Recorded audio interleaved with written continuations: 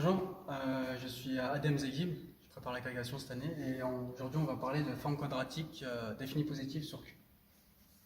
Alors, pour ce faire, on va se donner une matrice S dans Sn de Q donc définie positive, et à une matrice symétrique définie positive, on peut associer une forme quadratique Q de X, où on va regarder nos vecteurs X dans Qn. La première remarque qu'on peut faire, c'est que Q est des caractéristiques nulles. Donc, grâce à la réduction de Gauss, étant donné une forme quadratique qu'on va écrire sous la forme Q de X égale à somme de certains coefficients A, I, J, Xi, on va pouvoir, grâce à la réduction de Gauss, qui est un algorithme, se ramener avec un changement de base à Q de X', qui est égal à la somme des lambda I, Li au carré, dx'. Sur de Gauss, on sait que, étant donné que notre matrice est symétrique à ses coefficients dans Q, on a que A et J appartiennent à Q, et la réduction de Gauss nous assure aussi que les alpha I sont également dans Q.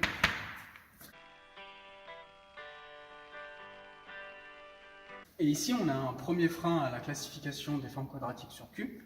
Pourquoi? Parce qu'on sait que le quotient de Q étoile sur QD étoile est infini.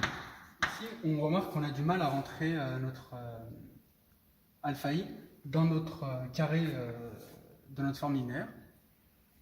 Et c'est pour cette raison qu'on a du mal à classifier les formes quadratiques. Par exemple, ici, si on se place sur R, on sait que le quotient de R, quotient P, R étant le carré, est cardinal 2, donc on obtient deux classes, être ou ne pas être un carré dans R, et donc ici on obtient bien la classification de Sylvester qui arrive à classifier les formes quadratiques grâce à la symétrie.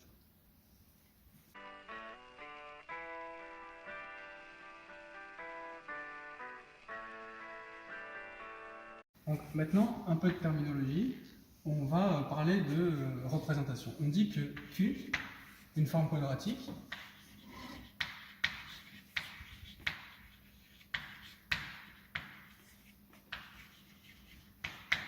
on ne donne qu'une forme quadratique comme au départ, définie positive, on dit qu'elle représente A, on se donne A dans N, et on dit qu'elle représente A s'il existe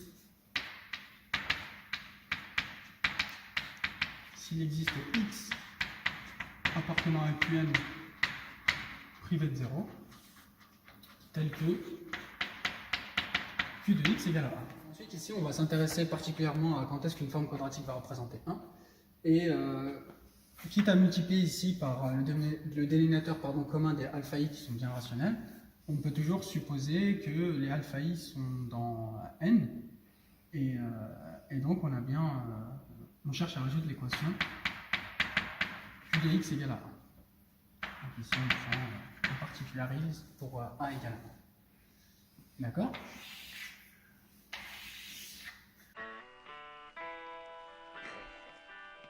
Donc en fait, géométriquement, qu'est-ce qui se passe? On cherche une équation de ce type-là. Si on se place par exemple en dimension 2, c'est l'équation suivante. Alpha x au carré plus bêta y au carré égale à 1. Et on va aussi poser la condition qu'on cherche x et y en couple dans Q. Avec alpha bêta qui sont... on a dit qu'on pouvait les supposer qui sont des entiers naturellement. Donc ici, en fait, on va utiliser la géométrie pour essayer de comprendre quelque chose qui est fondamental. C'est, étant donné une solution, est-ce qu'on peut, par exemple, en récupérer d'autres?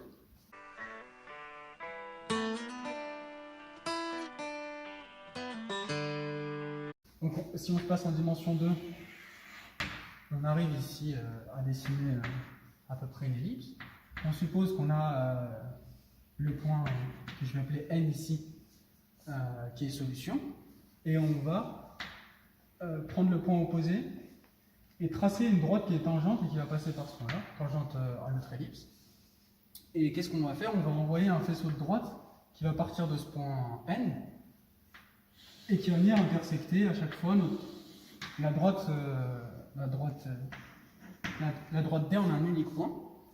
Et on va essayer de démontrer que le point M en question, qui est l'intersection de notre droite avec le point M, on va essayer de montrer que L est un coordonnée rationnelle.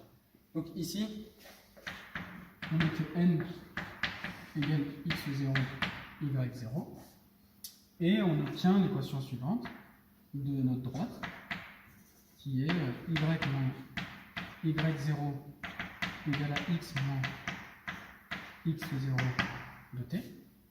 Donc là, on a bien l'équation de la droite. T est un paramètre rationnel. Et on cherche aussi l'intersection de cette droite avec notre ellipse, qui est l'équation alpha x au carré plus bêta y au carré égale à 1. Donc pour faire ça, on va injecter ici y. Donc on a que y égale à x moins x0 plus y0. Et on récupère ici l'équivalence en écrivant qu'on a alpha x au carré plus bêta y au carré qui égale à 1. J'injecte à l'intérieur.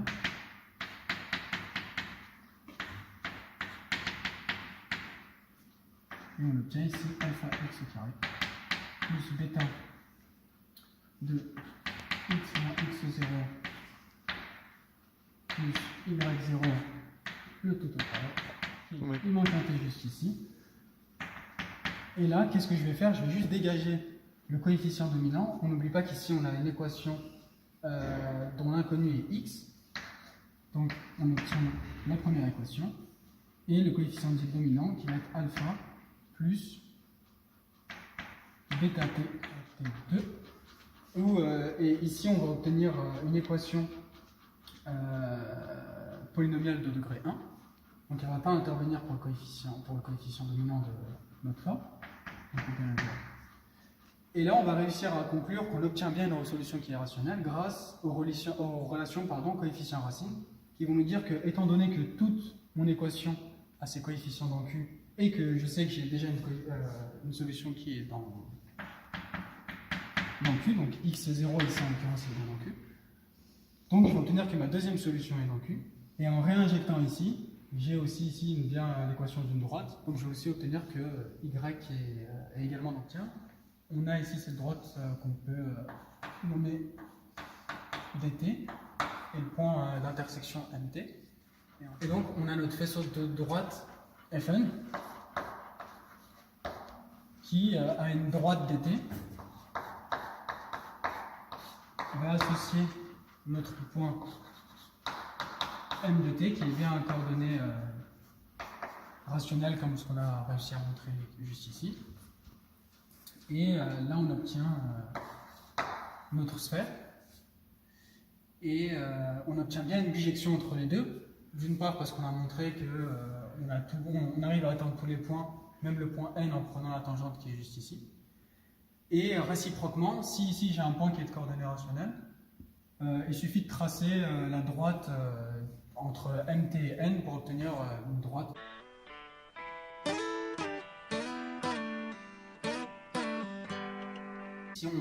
Si on essaie de généraliser ce qu'on vient de faire à une dimension supérieure, on va toujours céder de la projection stéréographique. Donc pour le dessin, je vais dessiner S2. Ici, on va supposer qu'on a le pôle Nord qui est une solution rationnelle de notre problème, pardon. Et on va dessiner ici un hyperplan d'appui pour faire notre projection stéréographique dessus. Donc on considère un faisceau de droite qui part de N et qui va venir ici toucher notre hyperplan. Et dans ce cas-là, qu'est-ce qu'on obtient? On obtient une bijection entre notre sphère Sn-1 privée du point N, qui va être ici en bijection avec avec un espace affine, et ici en l'occurrence un hyperplan affine. Donc ici on peut montrer qu'on a bien une bijection entre Sn-1 privé du point n avec notre espace affine, et qu'on obtient exactement les mêmes équations de degré 2, et on a une solution qui est rationnelle. Donc pour les mêmes raisons que précédemment, on obtient une deuxième solution qui est rationnelle. Donc le point ici, on peut noter ici M de t. Et en fait, la projection stéréographique, c'est quoi? C'est juste le fait de dérouler en fait notre sphère sur l'hyperplan. Donc ici, là, contrairement à tout à l'heure, qu'est-ce qu'on rate? On rate l'hyperplan tangent à la sphère au point M. Et donc, si on essaie de reprendre un peu ce qu'on a fait, on a montré que dès qu'on avait une solution, dès que par exemple on avait un point N qui était représenté sur notre sphère ou notre ellipse, ici en l'occurrence, on arrivait à trouver une infinité de solutions. Et ici, par exemple, on a réussi à démontrer qu'on avait une bijection entre la sphère et le faisceau de droite. Ici, on n'a pas exactement le faisceau de droite qui va remplir toute la sphère, mais on a quand même un espace affine, donc c'est assez positif.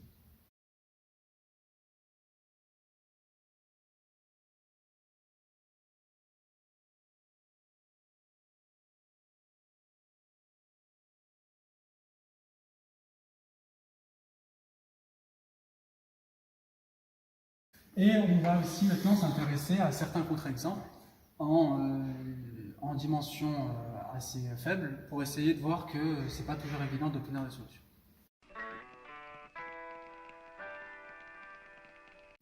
Donc par exemple ici, en dimension n égale à 1, si on se donne la matrice symétrique définie positive égale à 2, on obtient la forme quadratique q de x égale à 2x carré.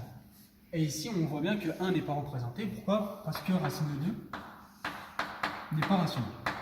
En effet, si on essaie de résoudre l'équation de 2x carré égale à 1, on sait que les deux solutions, on sait qu'ici, on n'aura pas de solutions qui vont être rationnelles.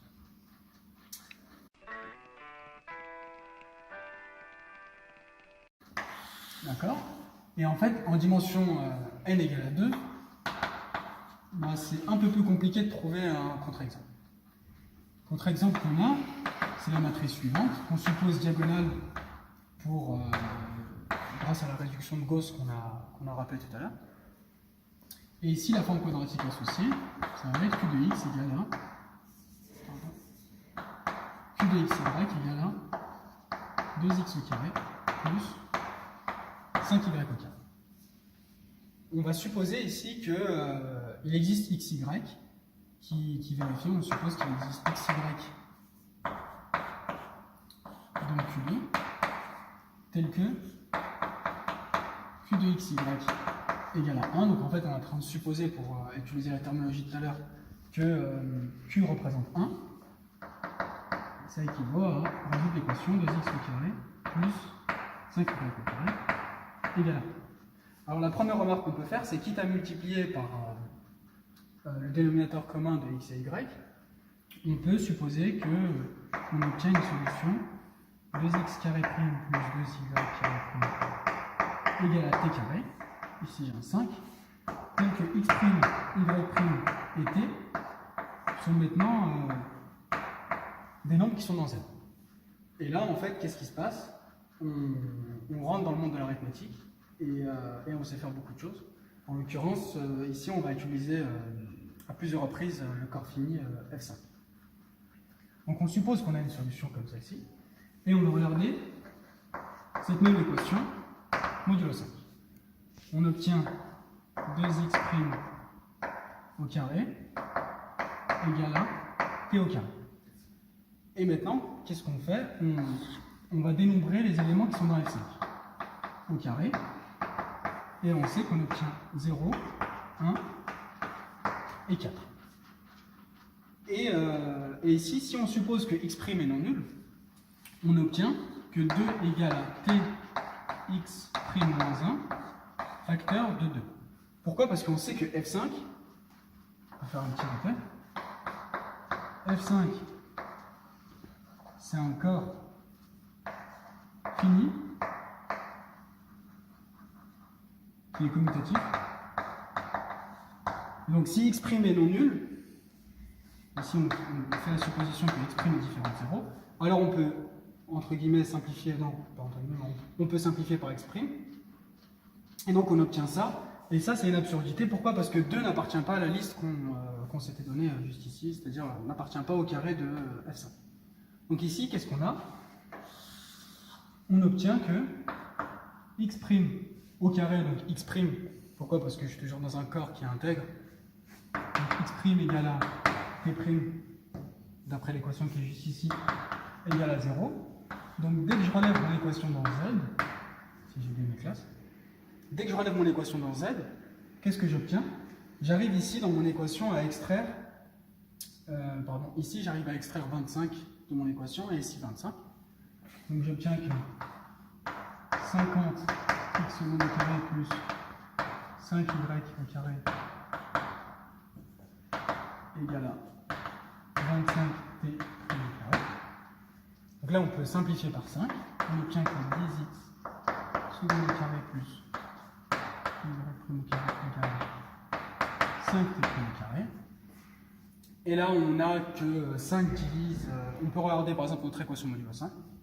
Tout simplement, et donc on va avoir ça qui va être y' qui va être nul modulo 5, donc ici aussi je peux extraire 25, et donc on obtient l'équation suivante, 10x' plus 25y seconde au carré égale à 5t' au carré. Et là je divise une dernière fois par 5, et on obtient que 2x seconde plus 5 au carré égale à t' au carré. Donc en fait ici qu'est-ce qu'on obtient? On obtient exactement la même équation que tout à l'heure. Et là en fait on se rend compte que la seule solution à ce problème c'était la solution qui était nulle. Donc x' égale à y' égale à 0. Parce qu'on ne peut pas diviser une infinité de fois par 5. Notre triplet. Et donc voilà. Donc la seule solution, on se rend compte que x' égale à 0. Et donc, conclusion, la forme quadratique qu'on s'était donnée au départ ne représente pas. Et donc là, on va passer en dimension n égale à 3. La matrice symétrique suivante. On s'inspire de la matrice symétrique qui est auparavant. Et on va expliquer pourquoi est-ce qu'on a choisi ici un coefficient 10 par la suite. Donc la forme quadratique associée, c'est 2x plus 5y au carré plus 10z au carré. Pour la dimension 3, on va s'intéresser à cette forme quadratique. Et pour les mêmes considérations que tout à l'heure, on va directement écrire l'équation suivante, qui est 2x au carré plus 5y au carré plus 10 z au carré égale à t au carré. Donc, comme tout à l'heure, on va regarder notre équation modulo 5. On obtient que 2x au carré égale à t au carré. Toujours pour les mêmes raisons que tout à l'heure, c'est-à-dire que f5 est un corps et que 2 n'est pas un carré dans f5. On obtient que x égale à t égale à 0 modulo 5. Si je travaille avec une classe. Dès que je relève dans Z l'équation qui est juste ici, j'obtiens donc 50x au carré avec un petit prime, parce que j'arrive à extraire 25 de x. 5y au carré plus 10 z au carré égale à 25 t au carré, t prime, merci. Je simplifie par 5.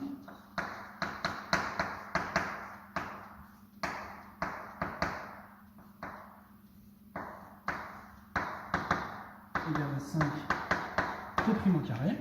Et là, je vais revoir encore une dernière fois mon équation modulo 5 et j'obtiens l'équation y au carré égale à 2z au carré égale à moins 2z au carré. Et moins 2 modulo 5, c'est 3. Donc j'ai y au carré égale à 3z au carré. Et si je reviens à la liste de départ qu'on s'était donnée, on voit bien que 3 n'apparaît pas dans cette liste. Donc c'est pas un carré. Et pour les mêmes raisons que tout à l'heure, nécessairement z égale à 0. Et donc, ici, j'obtiens que z égale à y égale à 0. Je sais que j'arrive à remonter. Maintenant, je relève encore une dernière fois mon équation dans z, qui est juste ici. Et donc, j'ai 10 x' au carré plus 25y' au carré plus 50 z' au carré égale à 5 d' au carré. Je simplifie une dernière fois par 5 et on obtient exactement la même équation qu'au départ, cette prime. Et là, ici, oui, c'est bien 10. Et j'ai bien un carré. Et donc, on réobtient exactement la même équation qu'au départ. Et donc, nécessairement, on a que x'. Donc là, on ne travaille plus avec les passes, on est dans z. On a que x' égale à y' égale à z' égale à 0, qui est l'unique solution de notre équation. Et ce qu'il faut remarquer ici, c'est qu'on a utilisé dans un premier temps que 2 n'était pas un carré, mais que moins 1 en était un. Et dans ce cas-là, en fait, on a bien moins 1 fois 2 qui n'est pas un carré. Et ça peut bien s'expliquer grâce au symbole de Legendre qu'on va voir tout de suite. On peut conclure que notre forme quadratique qu'on s'était donnée ne représente pas 1 grâce à un argument de descente qui nous a permis de justifier que x' égale à y' égale à z', x' égale à y' égale à z' égale à 0. Donc,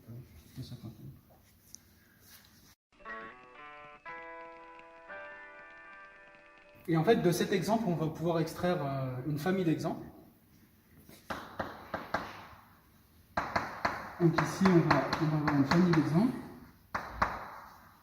qui vont pouvoir, une famille d'exemples qu'on va donner qui va pouvoir généraliser exactement le schéma de preuve qu'on vient d'utiliser.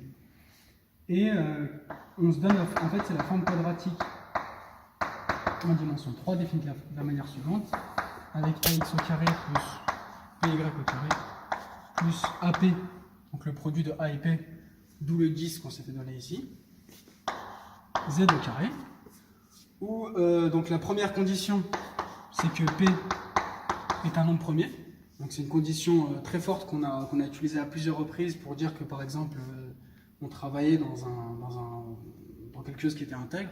Donc on a su aussi diviser, par exemple, à chaque fois qu'on était modulo 5. Une deuxième condition, c'est que, bien sûr ici j'avais oublié de le dire, AP sont dans n étoiles, parce qu'on travaille avec des formes définies positives. Et donc j'ai la classe de A en fait, qui n'est pas un carré modulo P, et en fait on arrive à concentrer ce que je viens de dire grâce au symbole de Legendre en disant que le symbole de Legendre égale à moins 1. Et une dernière condition, condition qu'on a utilisée, c'est que moins 1, lui par contre, doit être un carré modulo P. Et le symbole de Legendre en fait est multiplicatif, et ça va bien nous montrer que moins A, la classe de moins A, n'est pas un carré modulo P. Et on peut aussi exprimer le fait qu'on a bien une infinité de telles familles. Pourquoi? Parce qu'on sait que, comme tout à l'heure, on va étudier le quotient de Fp étoile quotienté par Fp2, Fp étoile au carré. Et on sait qu'en fait, on arrive à montrer, grâce à un morphisme, que le cardinal de ce quotient est égal à P-1 sur 2. Donc pour choisir A, on a de la marge.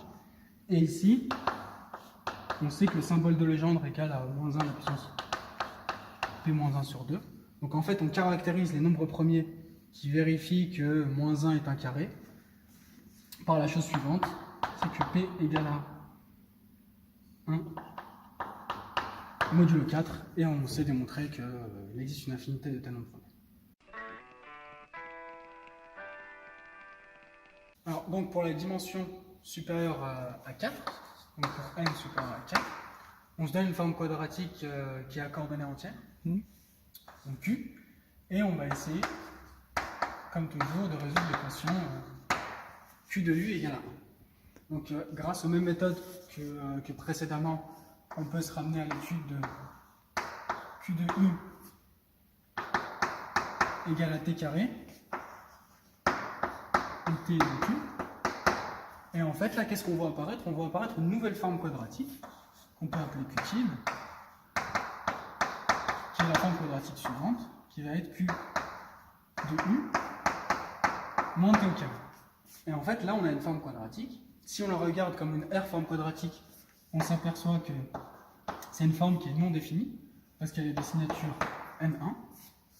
Et on sait également que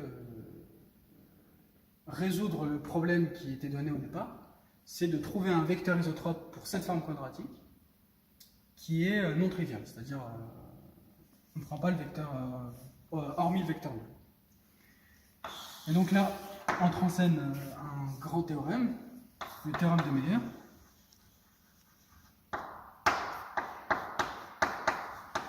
Le théorème de Meyer qui dit la chose suivante, qui dit, étant donné une forme quadratique grand Q, donc comme tout à l'heure, une forme quadratique définie sur Q, donc, grand Q, qui admet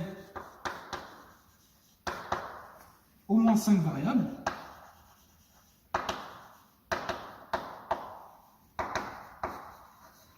et on va supposer également qu'elle est non définie. Par exemple, si on la regarde comme une R forme quadratique, on va supposer que la signature n'est ni N0 ni 0N. Donc on suppose que Q est non défini.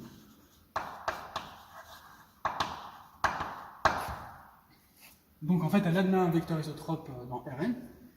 Et le théorème de Meyer va nous dire que alors, il existe un vecteur isotrope, il existe U un vecteur isotrope dans Q.